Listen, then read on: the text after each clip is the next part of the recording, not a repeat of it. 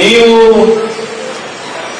ನಮ್ಮ ಸಮುದಾಯದ ಮುಖಂಡರುಗಳನ್ನೆಲ್ಲ ಒಟ್ಟಿಗೆ ಸೇರಿಸಬೇಕು. ಇವತ್ತಿನ ಪರಿಸ್ಥಿತಿಯಲ್ಲಿ ಪರಿಶಿಷ್ಟ ಜಾತಿಗೆ ಸೇರಿದಂತ ಸಮುದಾಯ ಎಲ್ಲ ಕರ್ನಾಟಕದಲ್ಲಿ ಛಿದ್ರ ಆಗಿದ್ದಾವೆ.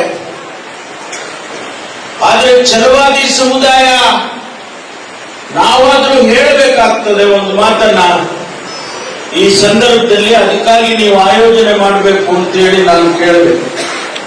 ಆಗ ಇಲ್ಲ ನೀವು ಬಂದ್ಬಿಡಿ ಡಾಕ್ಟ್ರು, ನೀವು ಬನ್ನಿ ಅಂತ ಹೇಳಿ ಅವರು ನಮಗೆ ಪರ್ಮಿಷನ್ ಕೊಟ್ಟಿದ್ದಾರೆ. ಅದಕ್ಕಾಗಿ ಬಂದಿದ್ದೇವೆ ಇಲ್ವಾ? ಮತ್ತು ಎರಡನೇದು, ಈ ಸಂದರ್ಭದಲ್ಲಿ ನಮ್ಮ ಕರ್ತವ್ಯ ಮತ್ತು ಗೌರವ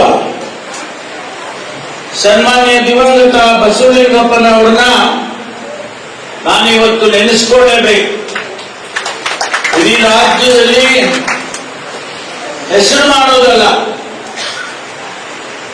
ಈ ರಾಜ್ಯದಲ್ಲಿ ಗೌರವವನ್ನು ಸಂಪಾದನೆ ಮಾಡಿ ನಮ್ಮೆಲ್ಲರಿಗೂ ಕೊಟ್ಟಂತ ಬಸವಲಿಂಗಪ್ಪನವರು ಮತ್ತು ಅವರ ಜೊತೆಯಾಗಿ ದಿವಂಗತ ರಂಗನಾಥ್ ಅವರು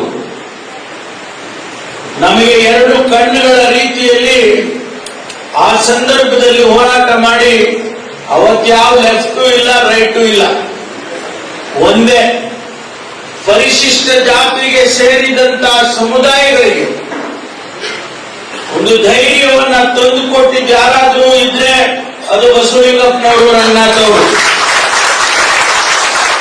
ಅದು ಈ ಭಾಗದವರು ಅಂತ ಹೇಳಿ, ಮಧ್ಯ ಕರ್ನಾಟಕ ಅಂತ ಹೇಳಿ ನೀವೇನ್ ಹೇಳಿದ್ರಿ, ನಮ್ಗೆ ಲೀಡರ್ಶಿಪ್ ಹೋಗ್ಬಿಟ್ಟಿದೆ ಅಂತ. ಲೀಡರ್ಶಿಪ್ ತಗೋಬೇಕು. ಲೀಡರ್ಶಿಪ್ ಸುಮ್ಮನೆ ಹೆಂಗ ಸರ್ಟಿಫಿಕೇಟ್ ಕೊಡೋದಿಲ್ಲ, ಈಗ ಕೊಟ್ರಲ್ಲಾಗಲಿ. ಲೀಡರ್ಶಿಪ್ ಅನ್ನ ತಗೋಬೇಕು ನೀವು. ಮಧ್ಯ ಕರ್ನಾಟಕದಲ್ಲಿ ಇರ್ತಕ್ಕಂಥ ಮುಖಂಡರುಗಳು, ನಮ್ಮ ಸಮುದಾಯಗಳಲ್ಲಿ ಇರ್ತಕ್ಕಂಥ ಮುಖಂಡರುಗಳು ಲೀಡರ್ಶಿಪ್ ಅನ್ನ ಕೈಗೆ ಎತ್ಕೋಬೇಕು.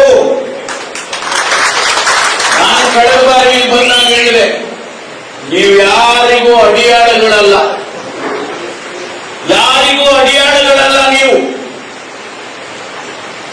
ಬಾಬಾ ಸಾಹೇಬ್ ಅಂಬೇಡ್ಕರ್ ಅವರು ಶಕ್ತಿಯನ್ನ ಕೊಟ್ಟಿದ್ದಾರೆ, ನಿಮಗೆ ಧೈರ್ಯ ಕೊಟ್ಟಿದ್ದಾರೆ, ಸ್ವಾಭಿಮಾನ ಕೊಟ್ಟಿದ್ದಾರೆ. ಆ ಸ್ವಾಭಿಮಾನದ ಸಂಕೇತವಾಗಿ ನೀವು ಲೀಡರ್ಶಿಪ್ ಅನ್ನ ತಗೊಳ್ಬೇಕು ಅಂತ ಹೇಳಿ ನಾನು ಕಳೆದ ಬಾರಿ ಬಂದಾಗ ಹೇಳಿದ್ದೇನೆ. ನಮ್ದು ಸಹಾಯ ಇದ್ದೇ ಇರುತ್ತೆ. ನಾನಾಗ್ಲಿ, ಡಾಕ್ಟರ್ ಮಹದೇವಪ್ಪನವರಾಗ್ಲಿ, ನಮ್ಮ ಶಾಸಕರುಗಳಲ್ಲಾಗ್ಲಿ, ಯಾವುದೇ ಸಂದರ್ಭದಲ್ಲಿ ನೀವು ನಮ್ಮನ್ನ ಕರೆದಾಗ ಬರೋದಕ್ಕೆ ನಾವು ತಯಾರಾಗಿದ್ದೀವಿ ಅಂತಕ್ಕಂಥ ಮಾತು ಹೇಳ್ತೇವೆ. ಹಾಗಾಗಿ ಇವತ್ತು ಡಾಕ್ಟರ್ ಮಹದೇವಪ್ಪನವರು ವಿವರವಾಗಿ ಹೇಳಿದ್ದಾರೆ. ಬಾಬಾ ಸಾಹೇಬ್ ಅಂಬೇಡ್ಕರ್ ಅವರ ನೀತಿ ನಿಯಮಗಳನ್ನ ಇಡೀ ಪ್ರಪಂಚ ಮೆಚ್ಚಿಕೊಂಡಿದೆ. ಸಮಾನತೆಯನ್ನ ಪ್ರತಿಪಾದಿಸಿದಂತ ಬಾಬಾ ಸಾಹೇಬ್ ಅಂಬೇಡ್ಕರ್ ಅವರನ್ನ ಪ್ರಪಂಚ ಗುರುತಿಸಿದೆ, ನಾವು ಗುರುತಿಸೋದಲ್ಲ. ಯಾರಿಗಾದ್ರೂ ಹೈಯೆಸ್ಟ್ ಪ್ರತಿಮೆಗಳು ಪ್ರಪಂಚದಲ್ಲಿ ಇಟ್ಟಿದ್ರೆ ಅದು ಬಾಬಾ ಸಾಹೇಬ್ ಅಂಬೇಡ್ಕರ್ ಅವರು. ಅದಕ್ಕಾಗಿ ಸುಮ್ಮನೆ ತಗೊಂಡೋಗಿ ಯಾರೋ ಒಬ್ಬರು ಪ್ರತಿಮೆ ಇಟ್ಬಿಡೋದಿಲ್ಲ. ಇವತ್ತು ಕೊಲಂಬಿಯಾ ವಿಶ್ವವಿದ್ಯಾನಿಲಯದಲ್ಲಿ ಅಂಬೇಡ್ಕರ್ ಚೇರ್ ಅನ್ನು ಸ್ಥಾಪನೆ ಮಾಡಿದ್ದಾರೆ. ವಿಶ್ವದ ಅನೇಕ ಜನ ಆರ್ಥಿಕ ತಜ್ಞರು ಅಲ್ಲಿ ಆ ಅಂಬೇಡ್ಕರ್ ಚೇರ್ ನಲ್ಲಿ ಆ ಕೇಂದ್ರದಲ್ಲಿ ಅಭ್ಯಾಸ ಮಾಡ್ತಾರೆ. ಕಿಂಗ್ಸ್ ಕಾಲೇಜಿನಲ್ಲಿ ಲಂಡನ್ ನಲ್ಲಿ ವ್ಯಾಸಂಗ ಮಾಡುವಂತಹ ಸಂದರ್ಭದಲ್ಲಿ ಇವತ್ತು ಕೂಡ ಬಾಬಾ ಸಾಹೇಬ್ ಅಂಬೇಡ್ಕರ್ ಅವರನ್ನ ನೆನೆಸಿಕೊಳ್ತಕ್ಕಂಥ ಜನಗಳಿದ್ದಾರೆ. ಬಾಬಾ ಸಾಹೇಬ್ ಅಂಬೇಡ್ಕರ್ ವಿಷಯವನ್ನ ಯಾರಾದರೂ ಬಹಳ ಸ್ವಾರಸ್ಯವಾಗಿ ಮಾತನಾಡೋರಿದ್ದಾರೆ ಅಂದ್ರೆ ಅದು ಡಾಕ್ಟರ್ ಮಹದೇವಪ್ಪನವರು. ಅವರು ಹೇಳಿದರು, ಈ ದೇಶದಲ್ಲಿ ವಿವಿಧ ಪದರಗಳನ್ನು ಸೃಷ್ಟಿ ಮಾಡಿ ಹೋಗಿದ್ದಾರೆ. ವರ್ಣಾಶ್ರಮ ಧರ್ಮವನ್ನ ಪ್ರತಿಪಾದನೆ ಮಾಡಿ ನಮ್ಮನ್ನ ಹೊಡೆದು ಆಳಿ ಇವತ್ತಿಗೂ ಕೂಡ ಅದು ನಡೀತಾ ಇದೆ ಅನ್ನೋದನ್ನ ಬಹಳ ಸ್ವಾರಸ್ಯವಾಗಿ ಹೇಳಿದರು. ಇದು ಬದಲಾಗಬೇಕು, ಭಾರತ ಬದಲಾಗಬೇಕು. ಅದಕ್ಕಾಗಿ ನಮ್ಮ ಹೋರಾಟಗಳು ನಡೀಬೇಕು. ಯಾರು ನಾವು ಶಾಸಕರಿದ್ದೇವೆ, ಮಂತ್ರಿಗಳಿದ್ದೇವೆ, ಅವರು ಅಷ್ಟೇ ಉದ್ಧಾರ ಆದರೆ ಸಾಲೋದಿಲ್ಲ. ಆ ಗುಡಿಸಿನಲ್ಲಿರ್ತಕ್ಕಂಥ ವ್ಯಕ್ತಿ ಅವರ ಜೀವನ ಉತ್ತಮ ಆದರೆ ಮಾತ್ರ ಅದು ಬಾಬಾ ಸಾಹೇಬ್ ಅಂಬೇಡ್ಕರ್ ಅವರಿಗೆ ನಾವು ಕೊಟ್ಟಂತ ಗೌರವ ಆಗ್ತದೆ. ಅದಕ್ಕಾಗಿ ಇವತ್ತು ನಾನು ಹೆಚ್ಚು ವಿವರವಾಗಿ ಬೇರೆ ಬೇರೆ ವಿಷಯಗಳನ್ನ ಮಾತನಾಡೋದಕ್ಕೆ ಹೋಗೋದಿಲ್ಲ. ಸಮಯನೂ ಆಗಿದೆ, ನಮ್ಮ ಬೇರೆ ಕಾರ್ಯಕ್ರಮಗಳು ಇದ್ದಾವೆ. ಆದರೆ ಒಂದು ಮಾತನ್ನ ಹೇಳೋದಕ್ಕೆ ಬಯಸ್ತೇನೆ. ನಾನಾಗ್ಲಿ, ಡಾಕ್ಟರ್ ಮಾದೇವಪ್ಪನವರಾಗ್ಲಿ, ಪ್ರಿಯಾಂಕ್ ಖರ್ಗೆ ಅವರಾಗ್ಲಿ, ನಾವೇನು ಮಂತ್ರಿಗಳಾಗಿದ್ದೇವೆ, ನಮ್ಮ ಸಮುದಾಯದ ಸ್ವಾಭಿಮಾನಕ್ಕೆ ಯಾವ ತ್ಯಾಗಕ್ಕೂ ಸಿದ್ಧ ಇದ್ದೇವೆ.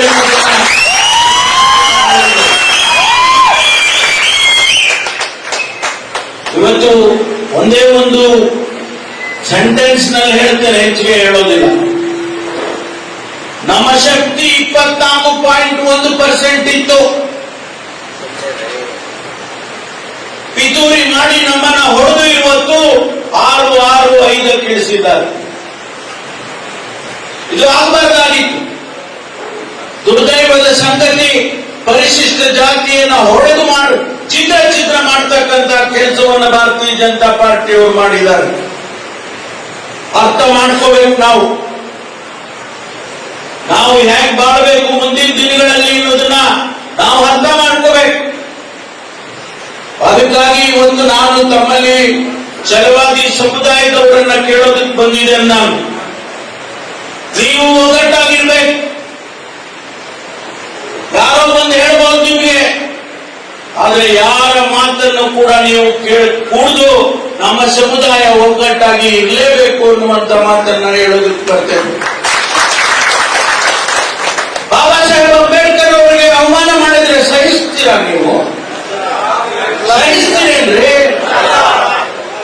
ಆ ಕಿಚ್ಚು ನಿಮ್ಮಲ್ಲಿ ಪ್ರತಿಯೊಬ್ಬರಿಗೂ ಬರಬೇಕು. ಇವತ್ತು ಮಾನ್ಯ ಶಿವಶಂಕರಪ್ಪನವರು ಈ ಭಾಗಕ್ಕೆ ಮಾಡಿರ್ತಕ್ಕಂಥ ಕೆಲಸ, ಸೇವೆ, ಇವತ್ತು ಅವರು ನಮ್ಮನ್ನ ಅಗಲಿ ಹೋಗಿದ್ದಾರೆ.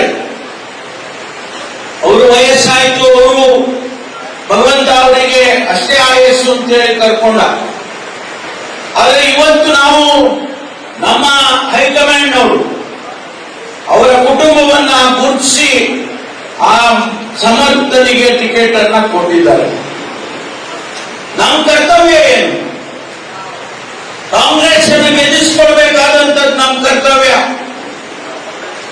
ಪರಿಶಿಷ್ಟ ಜಾತಿಯ ಜನ ಕಾಂಗ್ರೆಸ್ಸಿನ ವಿರುದ್ಧವಾಗಿ ಮಾತನಾಡಿದ್ರು ಕೂಡ ಅದು ಅವರಿಗೆ ಒಳ್ಳೆಯದಲ್ಲ. ಈ ದೇಶದಲ್ಲಿ ಏನಾದರೂ ಅವರು ಬೆಳಕಿಗೆ ಬಂದಿದ್ರೆ, ಅವರಿಗೆ ಧ್ವನಿ ಸಿಕ್ಕಿದ್ರೆ, ಬದಲಾಗಿದ್ರೆ, ಅವರ ಜೀವನ ಒಂದಿಷ್ಟು ಉತ್ತಮ ಆಗಿದ್ರೆ ಅದು ಕಾಂಗ್ರೆಸ್ ಪಕ್ಷದಿಂದ ಅನ್ನೋದನ್ನ ಯಾವತ್ತೂ ಕೂಡ ಮಾಡಿದ್ದಾರೆ. ಈಗ ಬಂದವರು ನಾಟಕ ಆಡೋದು, ಭಾರತೀಯ ಜನತಾ ಪಾರ್ಟಿಯವರು ಈಗ ಬಂದಿದ್ದಾರೆ ನಾಟಕ ಆಡೋದಕ್ಕೆ. ಯಾವ ಮಹತ್ವದ ಕೆಲಸ ಮಾಡಿಕೊಟ್ಟಿದ್ದಾರೆ ನಮ್ಗೆ ಅಂತ ಹೇಳಿ ನೋಡೋಣ. ಅದನ್ನ ಹೇಳಿದ್ರು, ಯಾವ ಕಾರ್ಯಕ್ರಮ ಕೊಟ್ಟಿದ್ದಾರೆ? ಇವತ್ತು ಇಷ್ಟು ವರ್ಷ 2014ರಿಂದ ಇಲ್ಲಿಯವರೆಗೂ ಕೇಂದ್ರದಲ್ಲಿ ಆಡಳಿತ ಮಾಡಿದ್ದೀರಲ್ಲ, ಒಂದು ಕಾನೂನು ಮಾಡಿದ್ದೀರಾ? ನಿಮಗೆ ತಾಕತ್ತಿದ್ರೆ ಈ ದೇಶದಲ್ಲಿ ಜಾತೀಯತೆ ನಿರ್ಮೂಲನೆ ಮಾಡ್ತೇವೆ ಅಂತ ಒಂದು ಸ್ಟೇಟ್ಮೆಂಟ್ ಕೊಡಬೇಕಾಗಿತ್ತು. ನಿಮಗೆ ಬೇರೆ ಬೇರೆ ದುಡ್ಡಿದೆ, ಬೇರೆ ಬೇರೆ ಕಾರ್ಯಕ್ರಮ ಘೋಷಣೆ ಮಾಡೋದಕ್ಕೆ ನಿಮ್ಗೆ ಶಕ್ತಿ ಇದೆ. ಆದ್ರೆ ಈ ದೇಶದಲ್ಲಿ ಜಾತೀಯತೆ ದೇಶವನ್ನು ತಿಂತಾ ಇದೆ, ಇದು ಇರಬಾರ್ದು ನಾವು ಅಂತ ಹೇಳಿ ನೀವು ಘೋಷಣೆ ಮಾಡಿದ್ರ ಮಾಡಕ್ ಸಾಧ್ಯ ಇಲ್ವಾ? ಈ ದೇಶದಲ್ಲಿ ಬಡತನ ನಿರ್ಮೂಲನೆ ಮಾಡಬೇಕು, ಈ ದೇಶದಲ್ಲಿ ಜಾತೀಯತೆ ಹೋಗಬೇಕು. ಈ ಎರಡು ಆದ್ರೆ ಮಾತ್ರ ಈ ದೇಶ ಉದ್ಧಾರ ಆಗ್ಬೇಕು. ಅದಕ್ಕಾಗಿ ನಿಮ್ಮಲ್ಲಿ ಯಾವುದು ರೋಡ್ ಮ್ಯಾಪೇ ಇಲ್ವಲ್ರಿ? ಇವತ್ತು ಯಾವ ಮುಖ ಇಟ್ಕೊಂಡು ಮತ ಕೇಳ್ತೀರಿ? ಆ ಬಡವರಿಗೆ ಏನ್ ಕಾರ್ಯಕ್ರಮ ಮಾಡ್ತೀರಿ? ಕೊಟ್ಟಿದ್ರಿ ನೀವು ಅಧಿಕಾರದಲ್ಲಿದ್ದಾಗ. ನಾವು ಗುರುತಿಸಿ ನಮ್ ಗ್ಯಾರಂಟಿ ಕಾರ್ಯಕ್ರಮ ಬಡತನ ನಿರ್ಮೂಲನೆ ಮಾಡುವಂತ ಕಾರ್ಯಕ್ರಮ, ಅವರ ಆರ್ಥಿಕ ಶಕ್ತಿಯನ್ನು ಹೆಚ್ಚು ಮಾಡಬೇಕು ಅಂತೇಳಿ ನಾವು ಕೊಟ್ಟಿರ್ತಕ್ಕಂಥ ಕಾರ್ಯಕ್ರಮ ಹೇಳಿದ್ರು. ನಾವು ಬಹಳ ಚರ್ಚೆ ಮಾಡಿದ್ವಿ. ನನ್ನನ್ನ ನಮ್ಮ ಪಕ್ಷದವರು ಪ್ರಣಾಳಿಕೆ ಬರೆಯೋದಕ್ಕೆ ಅವಕಾಶ ಕೊಟ್ಟರು. ಸಿದ್ದರಾಮಯ್ಯನವರು, ಶಿವಕುಮಾರ್ ಅವರು, ನಮ್ಮ ಅಖಿಲ ಭಾರತ ಕಾಂಗ್ರೆಸ್ ಪಕ್ಷದ ಅಧ್ಯಕ್ಷರು ಖರ್ಗೆ ಅವರು. ಆ ಸಂದರ್ಭದಲ್ಲಿ ನಾವೆಲ್ಲ ಚರ್ಚೆ ಮಾಡಿ ಯಾವ ಕಾರ್ಯಕ್ರಮ ಕೊಟ್ಟರೆ ಅದು ಬಡವರಿಗೆ ತಲುಪುತ್ತೆ, ಬರೀ ನಮ್ಗೆ ಓಟ್ ಹಾಕುತ್ತೆ ಅನ್ನೋ ಕಾರ್ಯಕ್ರಮ ಅಲ್ಲ ಅದು. ಆ ಬಡವರಿಗೆ ಬಜೆಟ್ ನಲ್ಲಿ ಸಿದ್ದರಾಮಯ್ಯನವರು 52,000 ಕೋಟಿ ರೂಪಾಯಿನ ಈ ಕಾರ್ಯಕ್ರಮಕ್ಕೆ ತೆಗೆದಿರ್ತಾರೆ ಅಂತ ಹೇಳಿದ್ರೆ ಅದು ಸಾಮಾನ್ಯನ? ಅದು ಅದೇ ಬರೀ ಓಟ್ ಹಾಕಿಸ್ಕೊಳ್ಳೋಕೆನಾ? ಓಟ್ ಇರ್ಲಿ, ಅದು ಒಂದು ಕಡೆ ಇರ್ಬೋದು, ಆದರೆ ಅವರ ಆರ್ಥಿಕ ಶಕ್ತಿಯನ್ನ ಉತ್ತಮ ಮಾಡುವಂತ ಕಾರ್ಯಕ್ರಮವನ್ನ ಈಗ ಟೀಕೆ ಮಾಡ್ತಿದ್ರಲ್ಲ. ಈಗ ಯಾಕಪ್ಪ ನೀವು ಬೇರೆ ಬೇರೆ ರಾಜ್ಯದಲ್ಲಿ ಕೊಡ್ತಾ ಇದ್ದೀರಾ? ನಿಮ್ಮ ಪ್ರತಿಯೊಂದು ಎಲೆಕ್ಷನ್ ಅಲ್ಲೂ ಕೂಡ ಇವತ್ತು ಎಲ್ಲ ರಾಜ್ಯದಲ್ಲೂ ಅದನ್ನೇ ಹೇಳ್ಕೊಂಡ್ ಬರ್ತಾ ಇದ್ದೀರಾ. ಬಿಹಾರದಲ್ಲಿ ಅವ್ರು ಹೇಳಿದಾಗ ನಾವು ಹೋಗಿದ್ದು, ಬಿಹಾರಕ್ಕೆ ನಾವೆಲ್ಲ ಹೋಗಿದ್ದು. 6 ತಿಂಗಳ ಮುಂಚೆ 10,000 ಕೋಟಿ ಅವರು 10,000 ರೂಪಾಯಿನ ಅವರ ಅಕೌಂಟ್ಗೆ ಹಾಕ್ಬಿಟ್ರು. ನೀವ್ ಯಾಕೆ ಮಾಡಿದ್ರಿ ಹಾಗಾದ್ರೆ? ನೀವೇನು ಮತಕ್ಕೋಸ್ಕರ ಹಾಕ್ಲಿಲ್ವಾ ನೀವು? ಆದ್ರಿಂದ ಸ್ನೇಹಿತರೆ, ಇಷ್ಟೇ ನಾನು ಹೇಳ್ತೀನಿ, ಪ್ರತಿಯೊಬ್ಬ ಛಲವಾದಿ ಅಣ್ಣತಮ್ಮ ನಿಮ್ಮ ಮನೆಗಳಿಗೆ ಹೋಗಿ, ಅವ್ರು ಹೇಳಿದ್ರು ನಮ್ಮ ಸಂಪತ್ ಪಂಚ ಏನು ಪಂಚ್ ಮಾಡಬೇಕು, ಆಮೇಲೆ ಯಾರಿಗಾರ ಪಂಚ್ ಮಾಡಿಬಿಟ್ಟಿರ. ನೀವು ಪ್ರತಿಯೊಂದು ಮನೆಗೆ ಹೋಗಿ ಮನವೊಲಿಸಿ ಅವರಿಗೆ ಕಾಂಗ್ರೆಸ್ ಪಕ್ಷಕ್ಕೆ ಸಮರ್ಥನೆಗೆ ಓಟ್ ಹಾಕ್ಲೇಬೇಕು ಅಂತ ಹೇಳಿ ನೀವು ಹಾಕಿಸ್ಬೇಕಾಗ್ತದ ಕೆಲಸ ನಿಮಗಾಗಬೇಕು ಅಂತಕ್ಕಂಥ ಮಾತನ್ನ ನಾನು ಈ ಸಂದರ್ಭದಲ್ಲಿ ಹೇಳ್ತೇನೆ. ಯಾಕೆಂದ್ರೆ ನನಗೆ ವಿಶ್ವಾಸ ಇದೆ, ನಂಬಿಕೆ ಇದೆ, 100ಕ್ಕೆ 100 ಸಮರ್ಥ ಗೆದ್ದಿದ್ದಾನೆ ಅಂತೇಳಿ ನನಗೆ ವಿಶ್ವಾಸ ಇದೆ. ಆದ್ರೆ ನಿಮ್ಮ ಪಾಲೇನು? ನಿಮ್ಮದು ಪಾಲಿರ್ಬೇಕಲ್ಲ ಅಲ್ಲಿ. ಅದಕ್ಕಾಗಿ ನಾವು ಇವತ್ತು ಇಲ್ಲಿ ಬಂದಿದ್ದೇವೆ. ತಾವೆಲ್ಲರೂ ಕೂಡ ಇವತ್ತೇನು ಇಲ್ಲಿ ಸೇರಿ ನಾವು ಬರೀ ದಾವಣಗೆರೆ ಬಂದ್ರಪ್ಪ ಅಂತ ನಾವು ಹೇಳಿದ್ರೆ ನೀವು ಬಳ್ಳಾರಿಯವ್ರನ್ನು ಕರ್ಕೊಂಡ್ ಬಂದಿದ್ದೀರ, ಕೊಪ್ಪಳದವ್ರನ್ನು ಬಂದಿದ್ದಾರೆ, ಚಾಮರಾಜನಗರದವರು ಬಂದವ್ರೆ, ತುಮಕೂರಿನವರು ಬಂದವ್ರೆ, ಅಗಲಿಬೊನ್ನಳ್ಳಿಯವರು ಬಂದವ್ರು. ಸಂತೋಷ ನೀವೆಲ್ಲ ಬಂದಿರ್ತಕ್ಕಂಥ. ಮುಂದಿನ ದಿನಗಳಲ್ಲಿ ಈ ದಾವಣಗೆರೆಯಲ್ಲಿ ಒಂದು ಅತಿ ದೊಡ್ಡ ಕಾರ್ಯಕ್ರಮ, ಛಲವಾದಿ ಮಹಾ ಸಮ್ಮೇಳನ ಆಗಬೇಕು ಅಂತ ಬಹುದಿನದ ನಿರೀಕ್ಷೆ ಇದೆ. ಕನಿಷ್ಠ ಒಂದು 10 ಲಕ್ಷ ಜನ ಆದ್ರೂ ಕೂಡ ಸೇರ್ಬೇಕು. ಯಾಕೆ ಅಂತ ಹೇಳಿದ್ರೆ ಗೊತ್ತಾಗ್ಬೇಕ್ರಿ, ಇಷ್ಟು ಜನ ಇದಾರಪ್ಪ ಅಂತ ಗೊತ್ತಾಗಿಲ್ಲ. ಮೊನ್ನೆ ನೀವು ಬೆಂಗಳೂರಿನಲ್ಲಿ ಸೇರಿದ್ದಕ್ಕೆ ಸ್ವಲ್ಪ ಗೊತ್ತಾಯ್ತು, ಓಹೋ ಇವರು ಇಷ್ಟೊಂದು ಜನ ಇದಾರಪ್ಪ ಅಂತ. ಸ್ಯಾಂಪಲ್ ಅದಕ್ಕೋಸ್ಕರ ಮುಂದಿನ ದಿನಗಳಲ್ಲಿ ಆ ಕೆಲಸ ಮಾಡೋಣ. ಯಾಕೆಂದ್ರೆ ಇದರ ಅವಶ್ಯಕತೆ ಇದೆ, ರಾಜಕೀಯವಾಗಿ ಇದರ ಅವಶ್ಯಕತೆ ಇದೆ, ಮತ್ತು ಅಭಿವೃದ್ಧಿ ದೃಷ್ಟಿಯಿಂದನೂ ಕೂಡ ಇದರ ಅವಶ್ಯಕತೆ ಇದೆ. ಅದಕ್ಕಾಗಿ ಮುಂದಿನ ದಿನಗಳಲ್ಲಿ ಮಾಡೋಣ ಅಂತಕ್ಕಂಥ ಮಾತನ್ನ ಹೇಳಿ, ನನಗೆ ಸಂಪೂರ್ಣವಾದ ಭರವಸೆ ನಿಮ್ಮ ಮೇಲಿದೆ. ಎಲ್ಲ ನಮ್ಮ ಸಮುದಾಯದವರು, ಯಾಕೆಂದ್ರೆ ಸಮುದಾಯದವರೇ ಸೇರಿದ್ದಾರೆ ಅಂತೇಳಿ ಆ ಮಾತನ್ನು ಹೇಳ್ತೇನೆ. ನಾವು ಆಚೆ ಹೋದಾಗ ಎಲ್ಲ ಸಮುದಾಯನೂ ರಿಕ್ವೆಸ್ಟ್ ಮಾಡಿಕೊಡ್ತೇನೆ ಒಬ್ಬ ಪಕ್ಷದ ಮುಖಂಡನಾಗಿ. ಹಾಗಾಗಿ ಇವತ್ತು ತಾವುಗಳು ನಮಗೆಲ್ಲ ಗೌರವ ಬರಬೇಕು ಅನ್ನೋದಾದ್ರೆ ಒಂದು ಓಟ್ ಕೂಡ ಮಿಸ್ ಆಗಬಾರ್ದು, ಒಂದು ಓಟ್ ಮಿಸ್ ಆಗಬಾರ್ದು. ಅದನ್ನ ನೀವು ಸಮರ್ಥನೆಗೆ ಹಾಕುವುದರ ಮೂಲಕ ಅವನನ್ನ ಗೆಲ್ಲಿಸಿಕೊಡ್ಬೇಕು ಅಂತೇಳಿ ನಾನು ನಿಮ್ಮಲ್ಲಿ ಮನವಿ ಮಾಡಿಕೊಂಡು ತಮ್ಮೆಲ್ಲರಿಗೂ ಕೂಡ ನನ್ನ ಅಭಿನಂದನೆಗಳನ್ನ ಹೇಳಿ ನನ್ನ ಮಾತು ಮುಗಿಸ್ತೀನಿ. ಎಲ್ಲರಿಗೂ ನಮಸ್ಕಾರ.